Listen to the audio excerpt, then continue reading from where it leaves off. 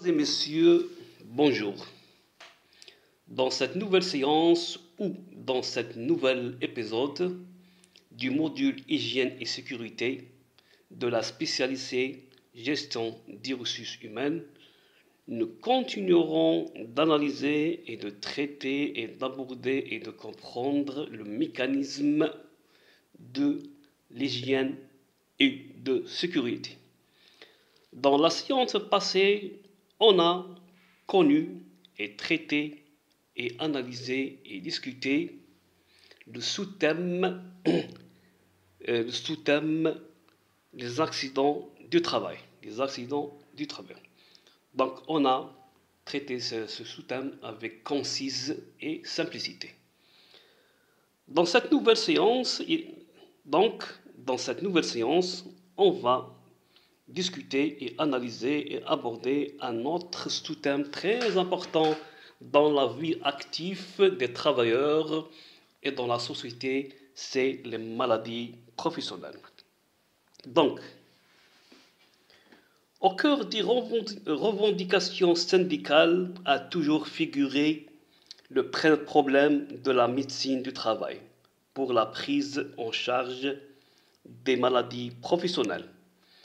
Que désigne-t-on par maladie professionnelle et quelle est l'action des pouvoirs publics pour faire face à ce phénomène? Premièrement, la définition.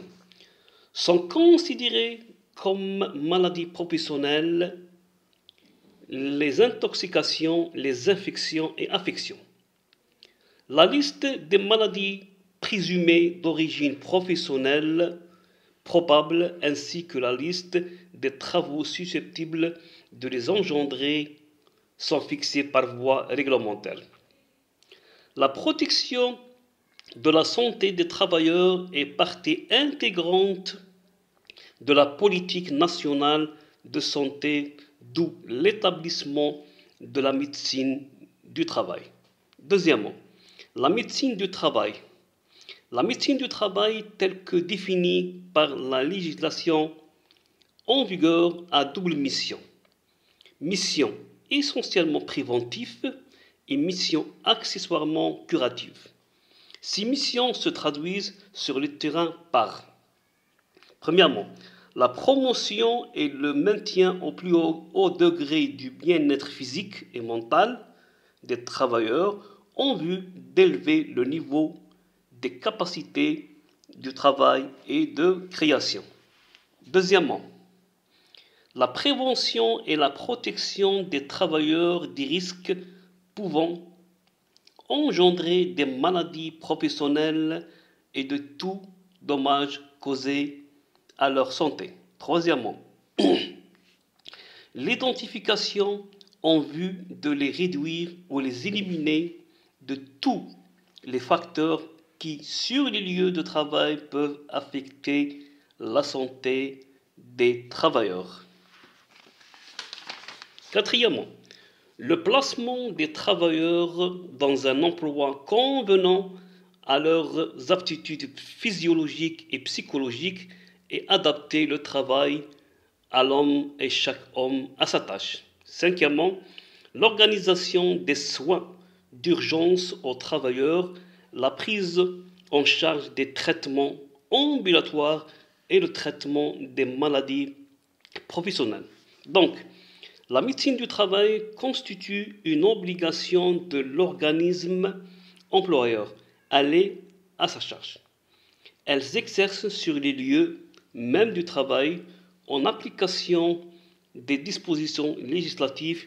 L'organisme employeur est tenu de mettre en place un service de médecine de travail conformément à des normes fixées par voie réglementaire. Pardon. Les représentants des travailleurs sont obligatoirement associés à toute décision concernant la mise en place de l'activité de médecine du travail au sein de l'organisme.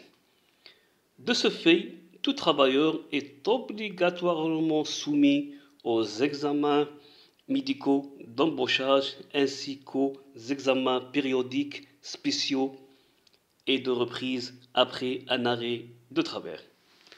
En dernier, on vous remercie de votre attention et de votre patience.